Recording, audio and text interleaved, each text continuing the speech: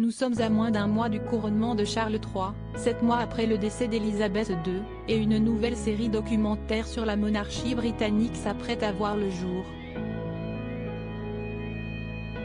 Apparemment riche en révélations, ce show intitulé The Royal Crown, Inside the House of Windsor, sera disponible en intégralité sur la plateforme ITVX dès le 20 avril prochain. Dans l'un des 5 épisodes, il sera notamment question de la manière dont a été prise la décision d'envoyer le prince Harry se battre en Afghanistan dès 2007, et non son aîné, le prince William. Selon le témoignage du général Sir Mike Jackson, ancien chef de l'armée britannique, Élisabeth II tenait à ce qu'un héritier de la couronne combatte au Moyen-Orient depuis le début du conflit en 2001.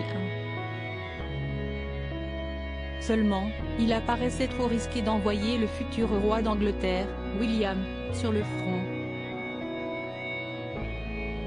Lors d'une réunion dont le contenu est ici divulgué par Sir Mike Jackson, la souveraine aurait ainsi choisi de sacrifier le cadet de son fils pour préserver l'avenir de la couronne.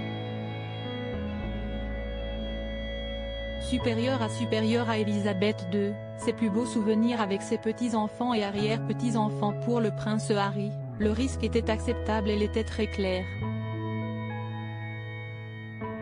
Elle a dit, « Mes petits-fils ont pris mon shilling, ils doivent donc faire leur devoir », dévoile celui qui enfreint le protocole royal en révélant les détails de cette audience.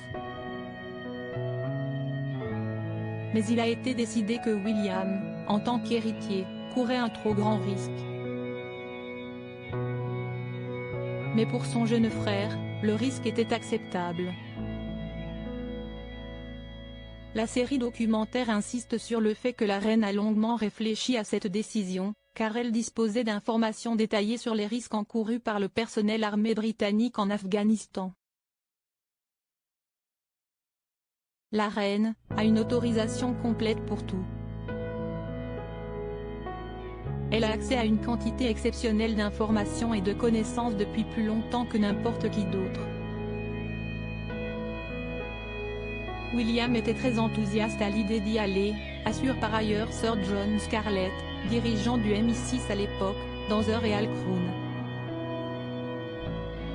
Cet ancien haut fonctionnaire de l'État anglais raconte aussi que la monarque était très impliquée dans le déroulé des opérations et s'était énormément renseignée sur le sujet avant d'annoncer à Harry son départ pour l'Afghanistan. Je me souviens avoir pensé à l'époque, Sa Majesté en sait plus que nous sur ce sujet, se rappelle Sir John Scarlett.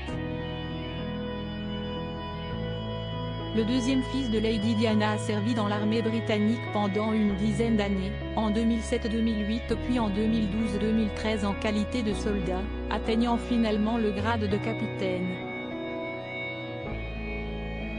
Dans ses mémoires, le prince Harry a toujours évoqué cette période de sa vie comme l'une des plus valorisantes, l'ayant notamment aidé à transformer sa douleur, liée à la mort de sa mère, note de la rédaction. En but. Dans ses mémoires publiées le 10 janvier dernier, celui que ses camarades surnommaient Captain Wales avait révélé le nombre de talibans qu'il avait tués lorsqu'il était en exercice, expliquant que pour supporter ce poids, il avait fini par ne pas considérer les personnes supprimées comme des êtres humains mais plutôt comme des pions d'échecs. Crédit photo, agence.